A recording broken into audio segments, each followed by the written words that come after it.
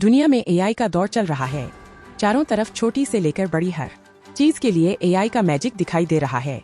वहीं कोई सोच भी नहीं सकता था कि एआई का इस्तेमाल इलाज के लिए भी किया जाएगा।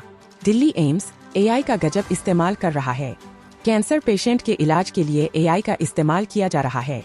एआई का उपयोग इलाज को अधिक आसान बनाने में डॉक्टर्स की मदद कर रहा है। यह एआई डॉक्टर्स के लिए वरदान बनकर साबित हुआ है।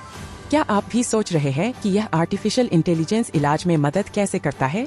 दरअसल यह एआई पता लगाता है कि कैंसर पेशेंट के इलाज के लिए कौन सी थेरेपी बेस्ट रहेगी। कैसे करता है यह काम?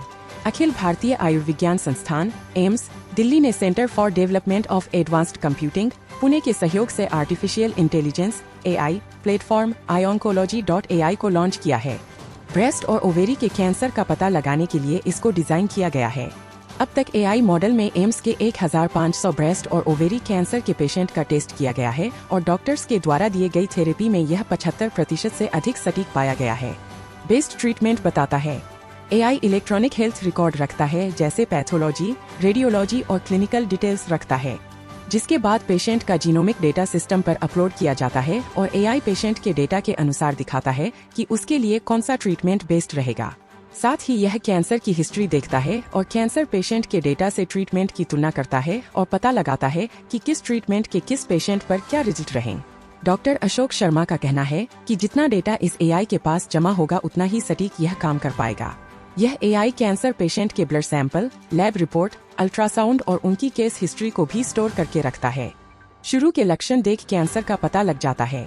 एआई की मदद से कैंसर की शुरुआती दिनों में ही पता लगाने में भी मदद मिलती है।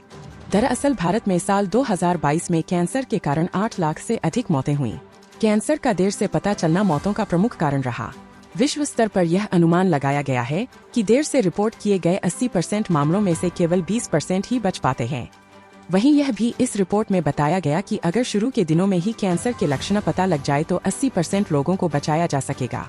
यह एआई कैंसर को ट्रीट करने में डॉक्टर्स की जगह नहीं लेगा, मगर उनकी मदद कर कैंसर के पेशेंट को ट्रीट करने में मदद करेगा।